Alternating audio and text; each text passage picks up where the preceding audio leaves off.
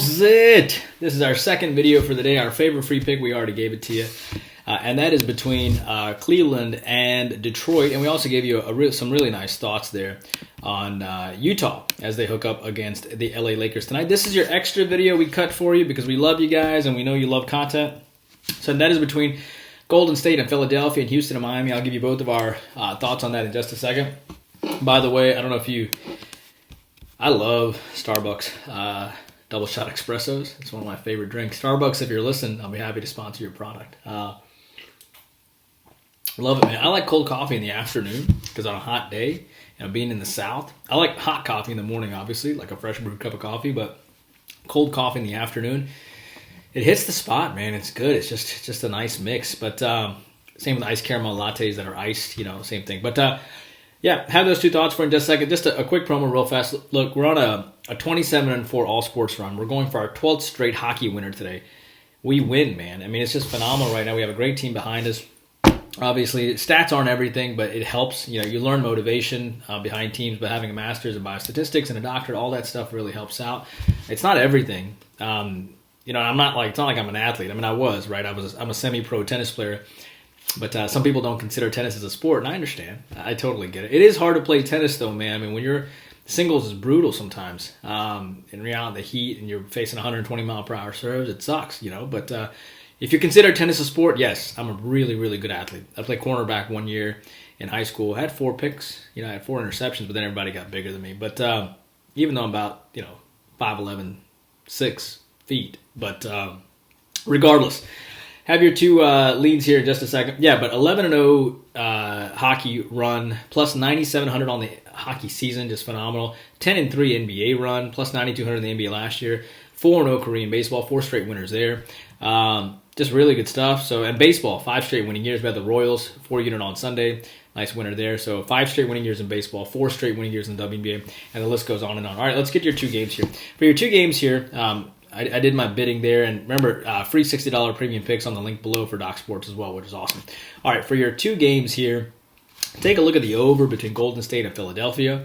And again, for our free pick, we give a line, but for our leans, we don't. It's just complimentary. But I do like, and our best picks are over at DocSports.com, our premium plays today. I like the over between Golden State and Philadelphia. The big line here, right? You see Philly favored by 9. That's because Steph is not supposed to play today. Philly beat this team by 10 points last month. Golden State lost by 5 points to Boston on the road. So remember that. They come off that tough loss, and Steph obviously had 47 points that game. Still not enough. They are 28-29 now. The Warriors are, and they're making a run at it to the playoffs. And maybe they make it. They'll get Thompson possibly back during the playoff stretch, even though Golden State's not talking about that much. But here's the problem. Curry and Oubre are both unlikely to play. Wiseman is out for the year for Golden State. How many points can Golden State put up without Curry? I actually think this game goes over because I think it'll be a very loosey-goosey game. What I mean by that is they're not going to sit around and watch Steph shoot and shake and bake. The ball's going to move, and it's not going to stick in one place. And I think there's going to be a lot of shots chucked. And you have Philadelphia that didn't necessarily score a ton of points in their last game either. And I think this will be a higher scoring affair than people are going to give credit for. And I think Golden State's going to show up as far as, even though their star player is out, they can still put up points. I mean, these guys are still professional players. People forget these were the best high school players in their day. They were the best players in college for their college. But it's not like these guys can't score. People are like, oh, wow, Curry can't play and Oubre can't play, so nobody can score. No, these are the top 1% of people that play basketball, that are playing in the NBA in the best league in the world. They're competent in offense. It's the defense that they'll lack because that's what makes the difference between a great player or a good player and an okay player and an elite player. It's the defense. They can all score on offense. So I think Golden State Philly will probably go over today. Houston and Miami, really interesting game. I like Houston there. I know it sounds a little crazy, but it's a small line, but the reason is Miami's got nobody playing in this game. It's odd to see Houston as only a 6.5-point underdog, but would they not get up to face the Eastern Conference finalists? I think they do. The Heat literally have no one playing in this game. No Dragic, no Hero, no Tyler Hero, no Adebayo, no Oladipo, no Butler, no Vincent. They got nobody playing in this game. Miami beat this team by 7 points earlier this year on a total of 213. It's interesting that the total is 216, despite the fact that like 5 starters are out. I actually think this game probably goes over too, but your lean is going to be on Houston because I like the side more than the total.